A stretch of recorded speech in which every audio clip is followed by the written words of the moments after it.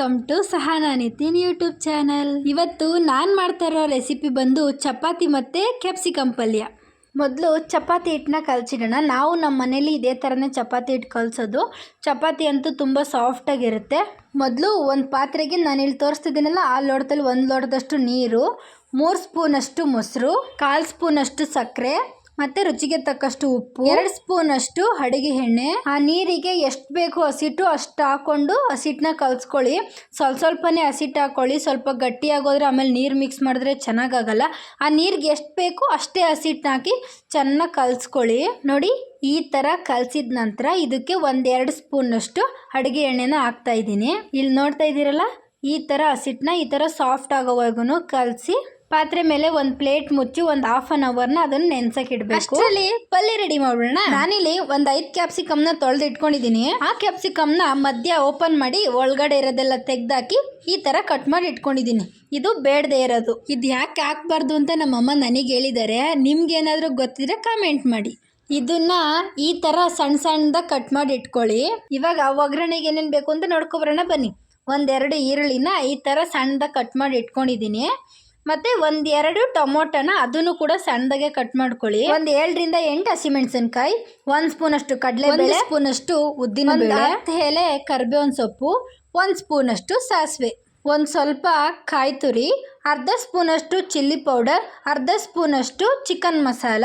ಈಗ ಮಾಡೋದು ಹೇಗೆ ಅಂತ ಹೇಳ್ತೀನಿ ಬನ್ನಿ. ಮೊದಲು ಒಂದು ಪಾತ್ರೆಗೆ 3 ಸ್ಪೂನಷ್ಟು ಎಣ್ಣೆ ಹಾಕಿ, ಎಣ್ಣೆ ಸ್ವಲ್ಪ ಕಾದ ನಂತರ ಕಡಲೆಬೇಳೆ, ಉದ್ದಿನಬೇಳೆ ಎರಡೂ ಹಾಕಿ ಅದು ಬ್ರೌನ್ ಕಲರ್ ಬರೋವರೆಗೂ ಫ್ರೈ ಮಾಡ್ಕೊಳ್ಳಿ. ಅದು ಬ್ರೌನ್ ಕಲರ್ ಬಂದಾದಮೇಲೆ ಸಾಸಿವೆ, ಕರಿಬೇವಿನ ಸೊಪ್ಪು, ಹಸಿಮೆಣಸಿನ್ಕಾಯಿ ಹಾಕಿ ಅದನ್ನು ಕೂಡ ಚೆನ್ನಾಗಿ ಫ್ರೈ ಮಾಡ್ಕೊಳ್ಳಿ.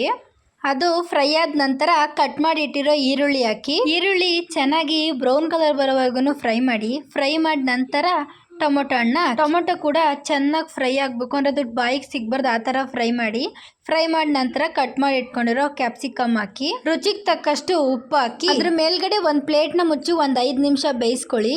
5 ನಿಮಿಷ ಆದ ನಂತರ ಅದನ್ನು ತೆಗೆದು ಚಿಲ್ಲಿ ಪೌಡರ್ ಮತ್ತು ಚಿಕನ್ ಮಸಾಲನ ಒಳಗಡೆಗೆ ಹಾಕಿ, ಅದು ಒಂದು 5 ನಿಮಿಷ ಬೆಂದಿದ ನಂತರ ಅದಕ್ಕೆ ಸ್ವಲ್ಪ ಕಾಯಿ ತುರಿ ಹಾಕಿ ಅದನ್ನು ತಿರುಗಿಸ್ಕೊಂಡು ಚೆನ್ನಾಗಿ ಒಂದು 10 ನಿಮಿಷ ಬೇಯಿಸ್ಕೊಂಡ್ರೆ ಕ್ಯಾಪ್ಸಿಕಮ್ ಪಲ್ಯ ರೆಡಿ ಆಗುತ್ತೆ.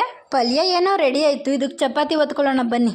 ಆವಾಗಲೇ ಮುಚ್ಚಿಟ್ಟಿದ್ನಲ್ಲ ನೋಡಿ, ಈಗ ಹಸಿಟ್ಟು ಈ ಥರ ಸಾಫ್ಟಾಗಿ ಆಗಿದೆ. ಇದನ್ನು ಇವಾಗ ಸಣ್ಣ ಉಂಡೆಯಾಗಿ ಮಾಡ್ಕೋಬೇಕು. ನೋಡಿ, ಈ ಥರ ಮಾಡ್ಕೊಂಡಿದ್ದೀನಿ. ಇವಾಗ ಇದನ್ನು ಹಸಿಟ್ಟೊಳಗಡೆ ಈ ಥರ ಪ್ರೆಸ್ ಮಾಡಿಕೊಂಡು ಚಪಾತಿ ಕೋಲಲ್ಲಿ ಈ ಥರ ಒತ್ಕೊಳ್ಳಿ. ತವನ ಕಾಯಕ್ಕಿಟ್ಟಿದ್ದೆ, ಇನ್ನು ತವ ಕಾಯ್ದಿದೆ. ಅದಕ್ಕೆ ಒತ್ತಿಟ್ಕೊಂಡಿರೋ ಚಪಾತಿ ಹಾಕಿ ಅದಕ್ಕೆ 2 ಕಡೆನೂ ಎಣ್ಣೆ ಹಾಕಿ ಈ ಥರ ಬೇಯಿಸ್ಕೊಂಡ್ರೆ ಚಪಾತಿ ಏನೋ ರೆಡಿ ಆಗುತ್ತೆ. ಚಪಾತಿನೂ ರೆಡಿ ಆಯಿತು ಮತ್ತು ಈ ಕಡೆ ಪಲ್ಯನೂ ರೆಡಿ ಆಯಿತು. ಎರಡು ಮಾತ್ರ ಸಖತ್ತಾಗಿರುತ್ತೆ. ನೀವು ಮನೇಲಿ ಒಂದ್ಸಲ ಟ್ರೈ ಮಾಡಿ. ಚಪಾತಿ ಅಂತೂ ತುಂಬ ಸಾಫ್ಟಾಗಿತ್ತು. ನೀವು ಒಂದ್ಸಲ ಈ ರೆಸಿಪಿನ ಟ್ರೈ ಮಾಡಿದ ನಂತರ ಟೇಸ್ಟ್ ಹೇಗೆ ಬಂತು ಅಂತ ಕಮೆಂಟ್ ಮಾಡಿ. ಇನ್ನು ಇವತ್ತಿನ ವಿಷಯ ಇದಾಗಿತ್ತು. ನಿಮ್ಗೇನಾರು ಈ ರೆಸಿಪಿ ಇಷ್ಟ ಆದರೆ ಒಂದು ಲೈಕ್, ಒಂದು ಶೇರು, ಹಾಗೆ ನನ್ನ ಸಬ್ಸ್ಕ್ರೈಬ್ ಮಾಡ್ಕೊಳ್ಳಿ. Thank you.